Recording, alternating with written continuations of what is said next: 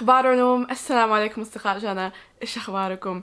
إيش علومكم؟ إن شاء الله كلكم بخير. أوكي، فلوج جديد. دحين الساعة 4، الفطور الساعة 8:30 في بريطانيا. الصيام الصراحة مرة طويل في ذا الوقت، بس طبعا عشان أنا في حجر صحي يعتبر شوية أسهل من السنين اللي فاتت. قوانين بريطانيا في ذا الوقت معناته إنه المفروض ما أخرج من بيتي. بس أنا الصراحة طفشت واكتئبت وجالسة لوحدي ورمضان، فبغير جو شوية. أختي قاعدة في شقة أهلي اللي وريتكم هي زمان، لسه موجودة. ليش شعري كده اليوم؟ شايفين كيف طفشت؟ المهم أختي حتيجي تجيبني، حقعد عندها لمدة أسبوع. صراحة إنه ما حد مننا بيخرج من البيت، فما أظن حيفرق. زي ما قلت لكم يعني ما المفروض أسويها، بس ما أحس إنه الريسك شيء كبير. أختي جود ما بتخرج من البيت أبدا. شغالتنا نور اللي شفتوها في الفلوجز موجودة عندنا، تخرج تشتري المقاضي وكل شيء. بتوقع إنه إن شاء الله ما حيصير شيء. اوكي، المهم دحين حابي أشيائي، رفعت الشقة عشان أحب لما أرجع تكون مرفعة مرتبة. كل الناس بيقولوا لي في الكومنتس إنه كلمة رفعي كلمة مكاوية. أول مرة أعرف، أمي وأبوي الاثنين من مكة، عندي مصطلحات مكاوية برمي لكم هي في الفيديوهات. فمن فترة لفترة ممكن استخدم كلمة مكاوية وانا اصلا ما اعرف انها كلمة مكاوية، بس بتعلم من اهلي. اوكي، في شيء تاني ابى اواجهه. وزني كل شوي بيزيد. اوكي، فوقت يناير سويت رجيم جامد، سويت رياضة، نحفت كويس، ودحين عشان الحجر المنزلي تخنت تاني وزعلت. يعني طبعا ماني تخينة، بس احب اكون نشيطة، أحب أهتم في شكل جسمي. فدحين طبعا صعب عشان وقت رمضان، فصعب إنكم تسووا رياضة في وقت الصيام وكذا. بس في ذا الأسبوع ححاول أسوي ريست، لأنه آخر كم يوم الصراحة جاني اكتئاب. حاسة نفسي بس أبى أبكي من كل شيء. عشان كذا دائما بقول لكم حاولوا تسووا شيء مفيد، مو بس عشان تستغلوا الوقت. يعني صراحة تماما مو عشان تستغلوا الوقت، أهم شيء صحة نفسيتكم. الإحساس إننا محبوسين في البيت وما احنا عارفين متى حنخرج، كل شيء في العالم بيتدمر، هذا الإحساس يجيب الكآبة. وأكتر شيء يساعد الكآبة إنكم تسووا شيء مفيد عشان تحسوا بالراحة. يعني صح إنه لما تتفرجوا نتفليكس وتاكلوا جانك فود وتاكلوا شوكولاتة ممكن تحسوا بالسعادة ل5 دقائق، بس في النهاية حترجعوا تحسوا إنكم مكتئبين أو زعلانين. فبالنسبة لي لما أسوي شيء مفيد الإحساس بالسعادة والراحة استمر لفترة أطول. فلو مثلا بسوي رياضة، لما بنزل فلوجز بحس إنكم بتنبسطوا وتستمتعوا معي، بتفرجوا الفيديوهات، تحطوا لي لايك وسووا سبسكرايب. هذا الأشياء اللي بتريحني بالاستمرار. بحاول قبل وقت الفطور أخرج أمشي لمدة ساعة كل يوم، بعد الفطور أسوي رياضة، بس صراحة مرة صعب. طبعا لسه عندي دوام، عندي شغل،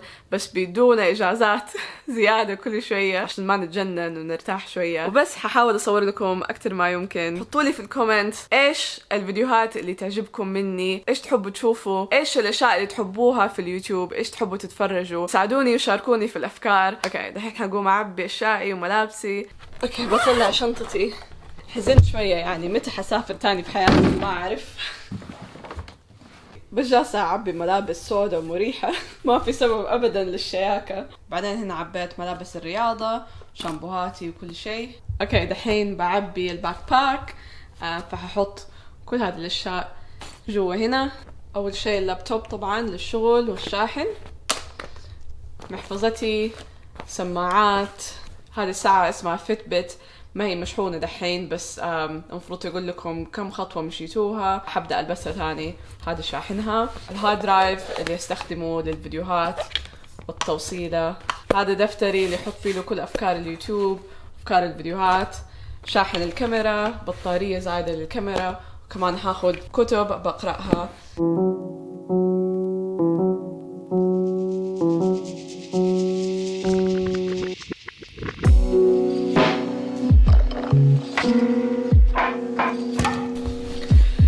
اوكي، عبينا كل شيء. اختي جات بالسيارة تحت، فحننزل لها دحين. عندي شنطتي، بس حلبس الجزمة. حطيح.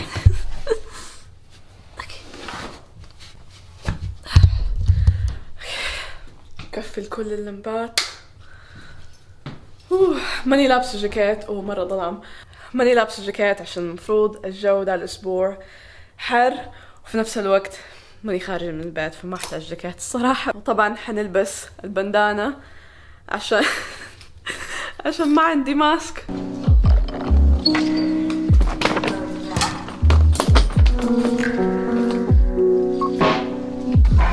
ايش رايكم؟ اختي جاتني بالسيارة.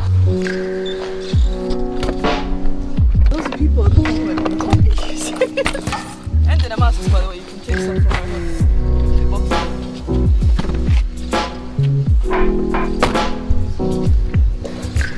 اوكي ركبنا السيارة.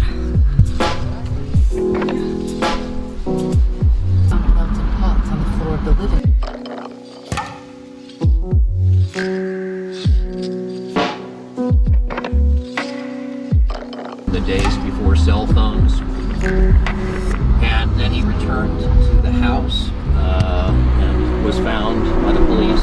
اوكي ركبنا السيارة نحين حنوقف على بيت اخويا ونرمي له السمبوسك اللي نور سوت له هو. امس ابويا اتصل علي عشان قلت له اني حروح عند اختي، ومن اول قلت له امس اتصل علي ها رحت عند اختك، حسبه خايف علي يبي يطمن علي، لا بس يبي يتاكد انه السمبوسك يوصل لاخونا.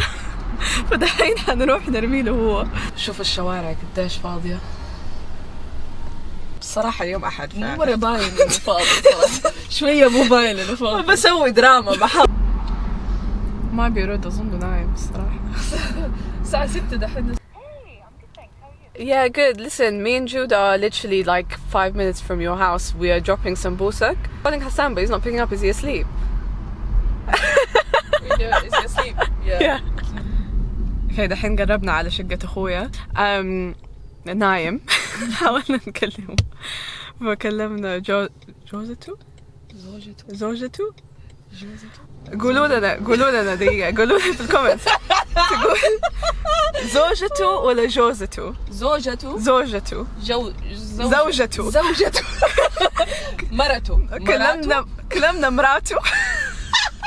كلمنا حبيبته. لا يعني حبيبته. لهين حتنزل تاخذ مننا السمبوسك. سمبوسك ولا سمبوسة؟ احنا نقول سمبوسك الصراحة.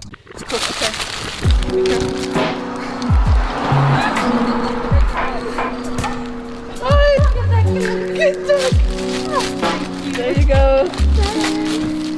How are you? اوكي وصلنا لها السمبوسك. تكلمنا شوية معاها وحشتنا والله. شوفوا هنا التسكو سوبر ماركت، الناس يوقفوا كذا طوابير بعدين من بعض.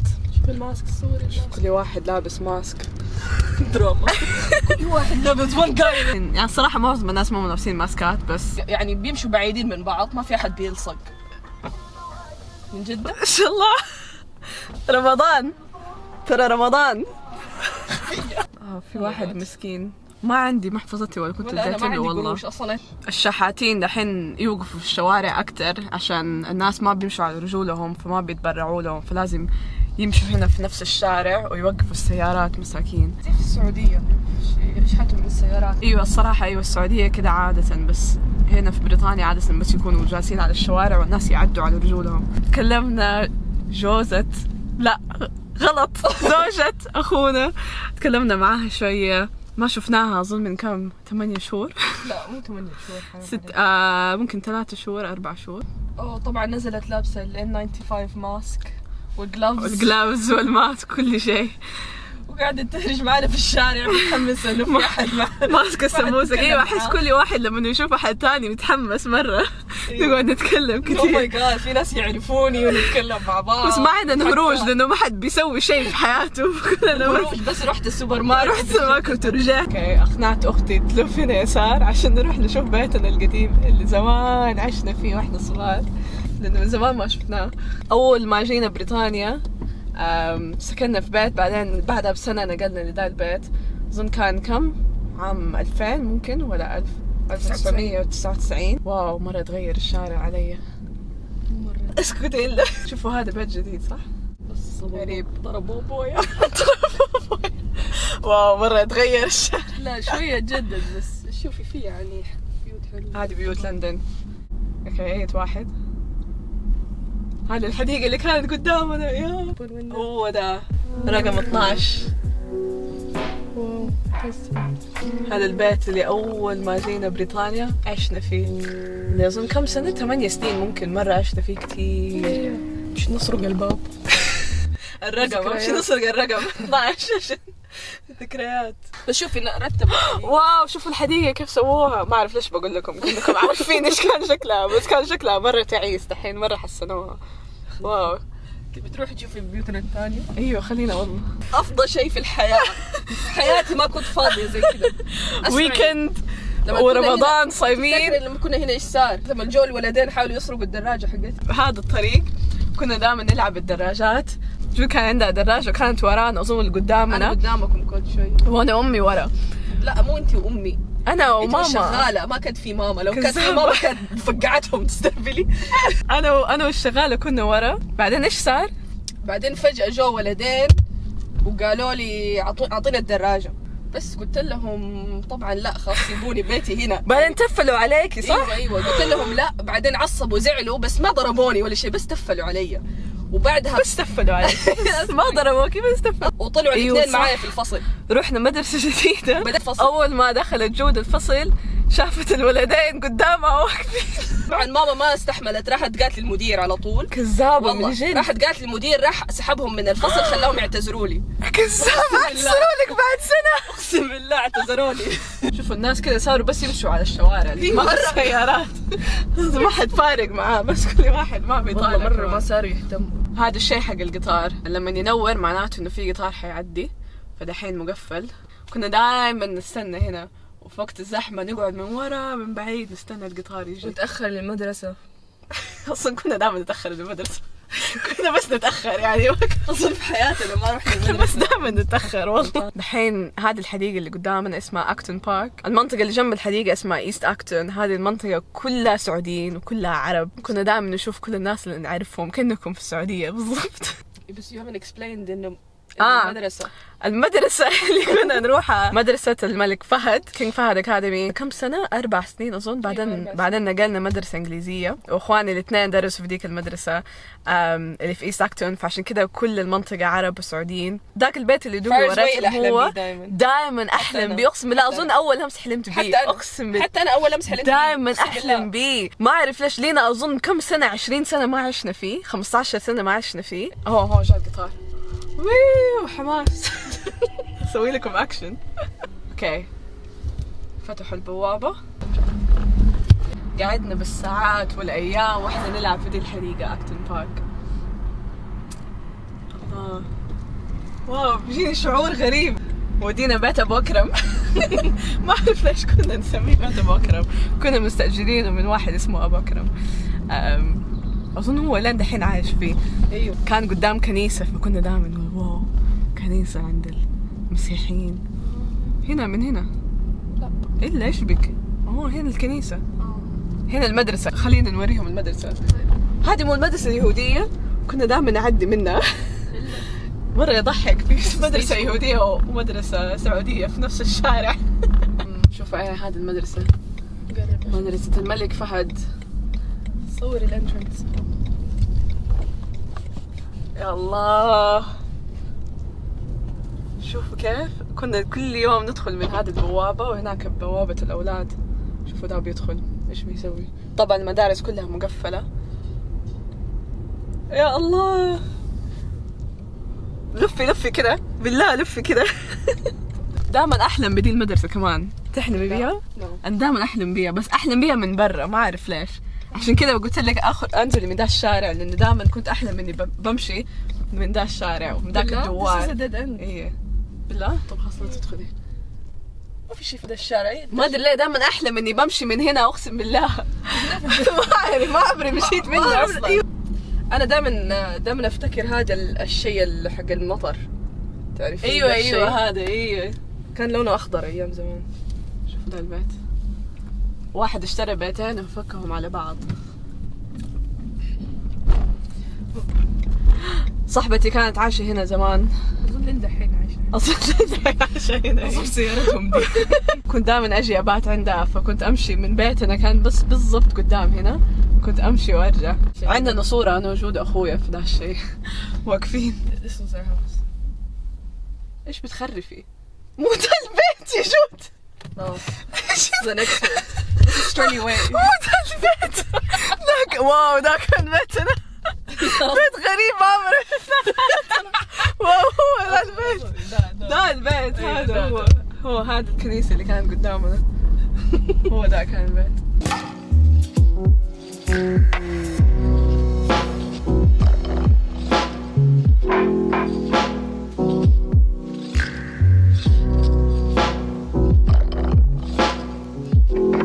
اسمعي روحي البقالة اللي كنا نروحها دائما.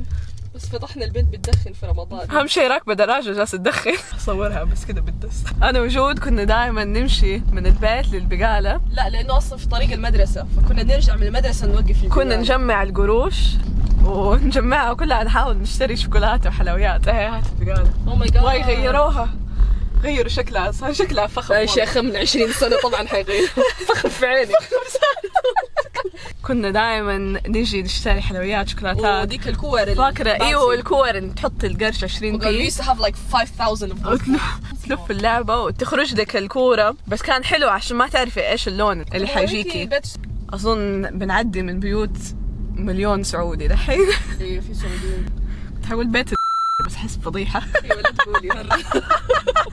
بفضح الناس ببيوتهم بشوارعهم. شوفوا والله مره رهيب البيوت ما شاء الله. في ده البيت ما شاء الله. شوفي قديش كبروا. واو بالله شوفي عندهم thank you sign for the NHS. حلو البيوت.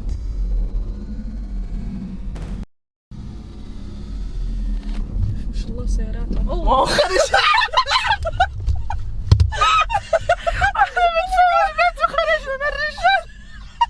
هذا كان بيت برضو سوي بيب. هنا كان بيت أبلتي. بعد ما خلاص نقلنا من المدرسة كنا عايشين هنا، بعدين نقلنا بيت اللي وراناكم هو، بعدين رجعنا نقلنا هنا في إيستكتون. عدنا الزمن وعشنا هنا. فكنت لما أرجع من المدرسة كنت أمشي من هنا. شو دي لسه بتدخن. إيش ظروفها. جيت أمشي من هذا الشارع وكنا ندخل من هنا عشان نرجع البيت. أبلتي أظن عايشة من واحدة من دي البيوت. شفتيها؟ واو إيش صار لي ذا البيت. Oh my god what؟ هو بيصلحوه. هذا البيت اللي فيه الإصلاحات كنا عايشين فيه. وهذا اللي جنبنا كان ما ادري ما كان شكله كذا. بس شوفوا اكيد عرب يعني ما في غير العرب اللي يسووا زي كذا الباب والشباك الكبير. هذا البيت اللي شايفينه جانا فيه حرامي مرتين في شهر واحد. كانوا دائما ينطوا لنا ينقزوا لنا الحرامية. بعدين من كثر ما خفنا جبنا كلب سميناه عتريس. كلب روتوايلر. بعدين ما دخلنا الحرامي بعد كده. بس البوليس ما سووا ولا شيء طبعا. هذه البيوت الجديدة كان محل الفراغ اللي كان ورا بيتنا. دحين ما يقدروا طبعا يدخلوا الحرامية، بس زمان كان ما في ولا شيء، بس هذا الشارع وفراغ هنا.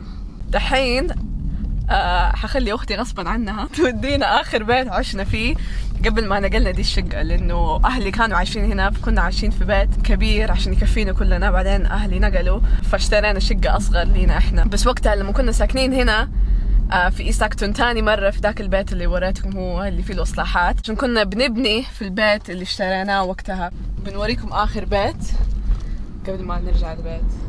باقي كم على الفطور؟ ساعة وشوية. ساعة وثلث.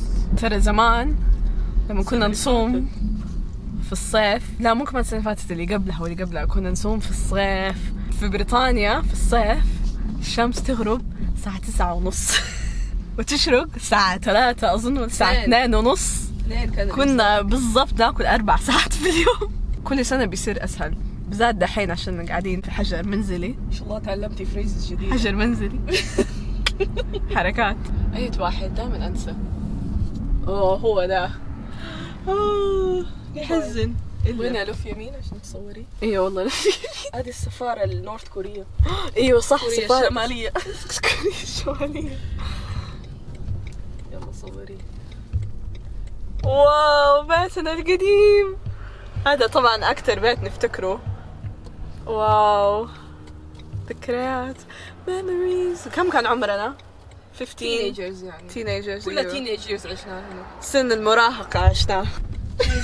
وقفت السيارات كلها ورانا. بس عشان نوريكم البيت. ايوه في ذا الشارع قدام بيتنا بالضبط كانت سفارة نورث كوريا. مستوعبين؟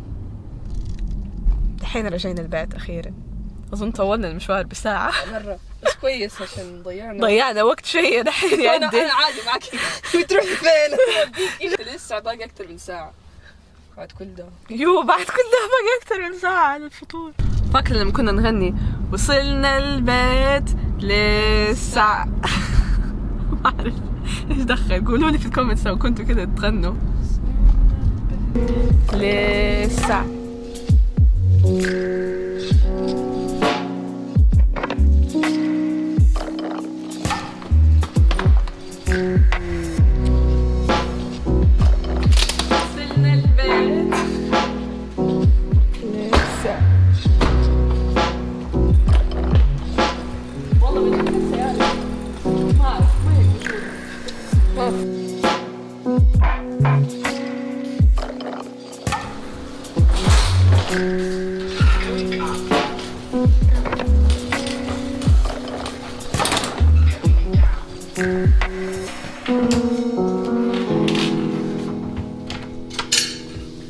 نور